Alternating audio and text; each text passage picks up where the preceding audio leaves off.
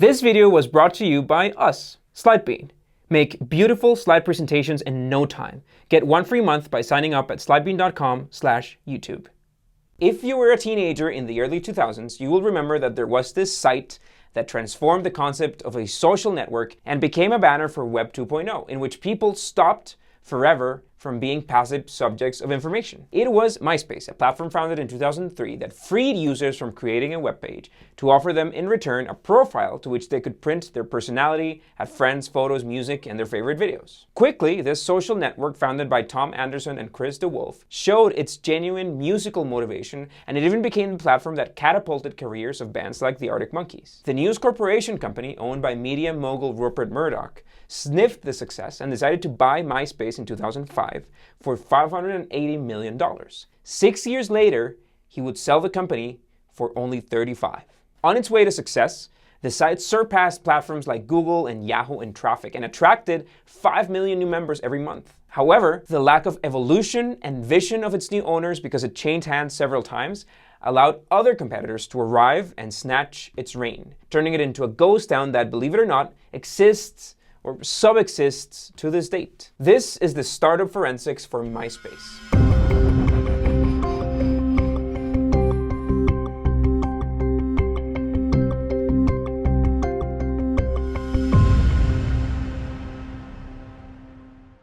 Even if you've had a MySpace profile, but you don't know about the history of MySpace, you will surely know Tom Anderson, one of its founders. Yes, Tom is the one who became yours and every user's first friend when they first opened their MySpace profile. In 1990, MySpace Tom, as he's known, was a vocalist for Swank, a San Francisco rock band, although later he changed the music for a day job and went to work at X-Drive Technologies as an editor of the marketing department. Chris DeWolfe, the other co-founder, was the vice president of sales and marketing for that same company. That's back in October 1999. However, X-Drive Technologies closed in March 2001. That's when DeWolfe and Anderson saw the opportunity to create a company called ResponseBase, also focused on internet marketing. That first company they founded was acquired by eUniverse in September 2002, and that was when the two entrepreneurs decided to establish MySpace as a division of eUniverse in August 2003. DeWolfe became the executive director of the company and Anderson its president. MySpace grew up first in Los Angeles, where the company was based, and then spread to New York City and Hawaii. According to DeWolfe, which he acknowledged in an interview, he said, "I'm not exactly sure why, but 70% of Hawaii was on MySpace from the beginning. The site allowed users to give their page the look they wanted and added functions according to their demands. In addition, anyone could have a profile without the need for an invitation, something that Facebook did not offer at the beginning." What was the key to success? The moment MySpace appeared on the scene was crucial. The music industry was facing a strong shake. Total revenue from music sales and licenses in the United States had halved. CD sales were in a tailspin. Illegal free downloads were all over the internet, and this was a threat to the industry. So then MySpace went from being an enemy to being a partner for the labels that saw in the company the possibility of spreading content in a different way. DeWolfe found another reason why the website was successful. The time was right. Reality shows offered anyone the chance to become famous, and so did MySpace. The website also provided a platform to jump to stardom overnight, as it happens again with the career of the Arctic Monkeys. Fame. Arctic Monkeys, an indie band from Sheffield, United Kingdom, was born when a young group of neighbors asked for musical instruments as their Christmas presents and decided to start their own rock band. Far from having sought fame, fame came via MySpace through a profile that they didn't even know about. The band members were focused on writing songs and performing in shows where they distributed homemade CDs with samples of their work. However, their friends and fans created a profile on MySpace and started uploading singles like "I Bet You Look Good on the Dance Floor." Their fame exploded, and although initially MySpace was going to become the killer of the record industry, it actually revitalized it, bringing more options to deliver music to audiences.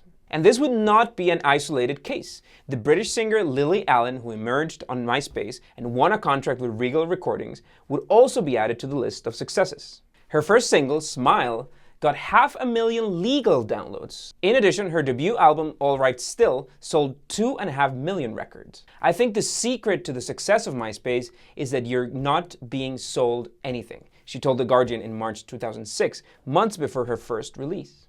The success of MySpace caught the attention of the News Corporation, the company of media mogul Rupert Murdoch. MySpace was sold to that company for $580 million, that's 2005, and by then it had around 25 million users. 1 year later, they had already reached 100 million users and had surpassed the internet giant Google as the most visited site in the United States. But the winds of change did not blow so much in favor. Journalist and writer Tom Standage highlighted in Writing on the Wall that the new owner treated MySpace as a media outlet rather than a technology platform and seemed more interested in maximizing advertising revenue than in fixing or improving the site's underlying technology.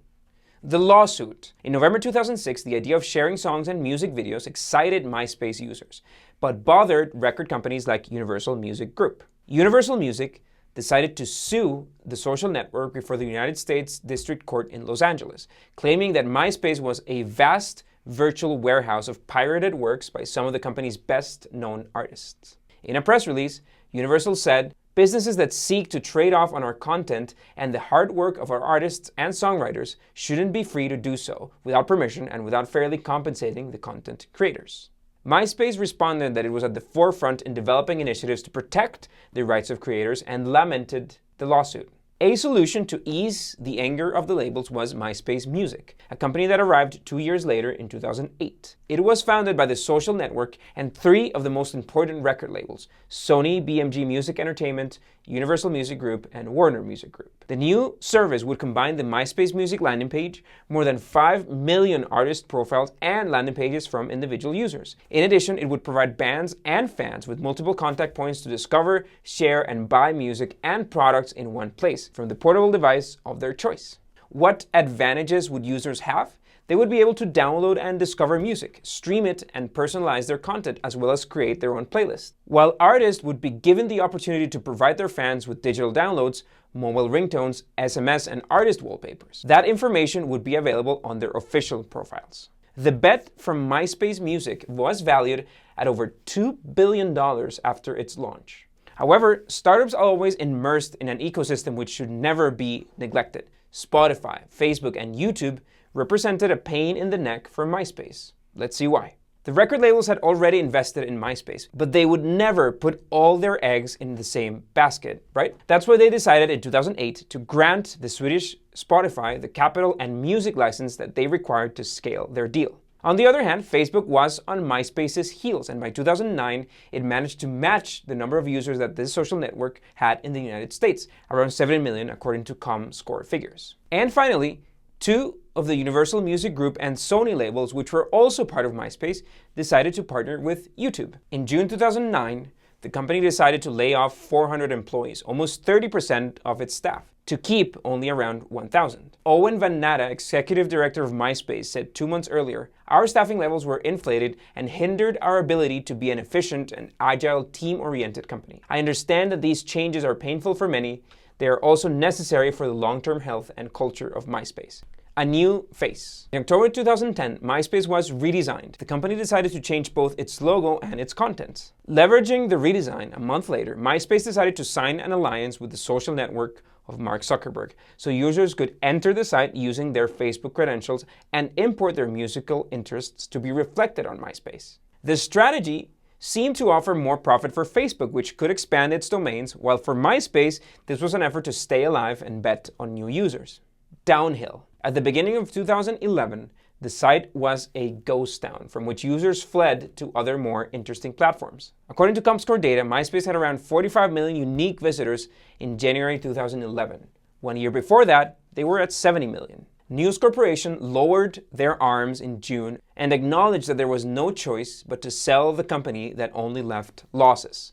And although they were asking for at least $100 million, they had to settle for the $35 million paid by Specific Media, a company owned by brothers Tim and Chris Vanderhook, associated with singer and actor Justin Timberlake. It was Timberlake himself who appeared in January 2013 as the face of the new MySpace, which sought to focus on music, although not as alternative as in the times of the Arctic Monkeys, of course. From then on, the MySpace story is known for the constant changes from hand to hand. In 2015, Interactive Media Holdings, the parent company of Specific Media and MySpace, changed its name to Viant, and in 2016, it was acquired by Time Incorporated. The most recent scandal, yes, because MySpace still exists, was the loss of all uploaded files between 2003 and 2015. Though the news was made public in March 2019, the loss of data dates back to a year before that. In face of the new scandal, the company reported, as a result of a migration project, any photo, video, or audio files that you uploaded more than 3 years ago may not be available on MySpace.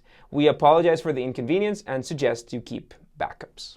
Perhaps that was another reason for the last inhabitants of the ghost town to decide to put a lock on their profiles and leave forever. What can we learn from MySpace?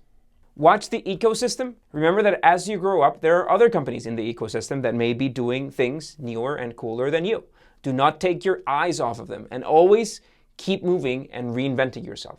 Secure your data. If nostalgia is one of the reasons that users remain on your platform, make sure that the information is backed up and secure. Learn to let go. If your product leaves more losses than profits over a long period of time, let it go. Change it. Pivot.